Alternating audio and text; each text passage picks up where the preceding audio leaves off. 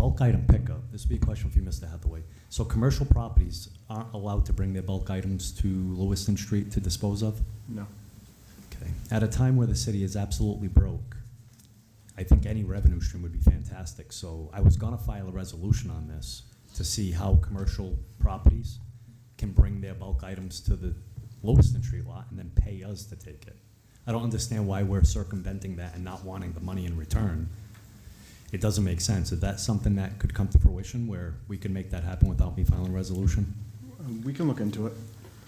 We can work on what the ordinance is and what we can do to make that possible. Okay, because it is actually helping us by But- getting rid of, through a private hauler, that we're not picking up the tonnage, we're not going by their property. I think we should be able to take their money if they have to get rid of a TV. So we weren't, right now, we aren't, I'm gonna say, making money off of bulky items like that.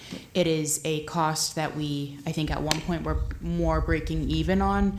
And as the costs have gone up, the bulky item pickup fees haven't gone up the same way. So at this point in time, it would probably cost us money, but we've already talked about looking at that and revising that. And I think if that was the case, or if we came up with even different rates for commercial and we were able to have it be worthwhile, I absolutely think it's something that we could look at. But I think the reason it was a no-go before was just the cost benefit. It was, we would be losing money, so. Okay.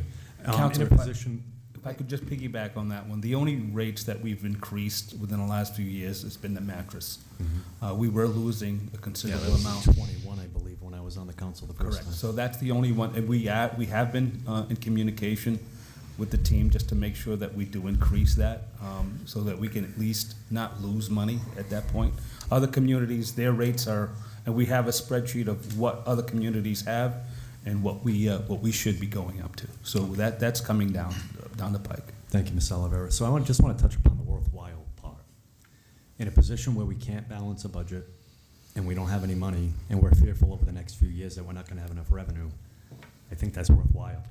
If we increase the fee, yes. Right now, we would be losing money with the current fee structure and then that amount of tonnage, we would be losing money. So Yeah, that's why I'm saying that's not worthwhile. understand. If we adjust it, it was absolutely worthwhile. I understand. That's It's something I am working on, is Yeah. looking at surrounding communities and putting something together. Okay, it's definitely something that has to be looked at.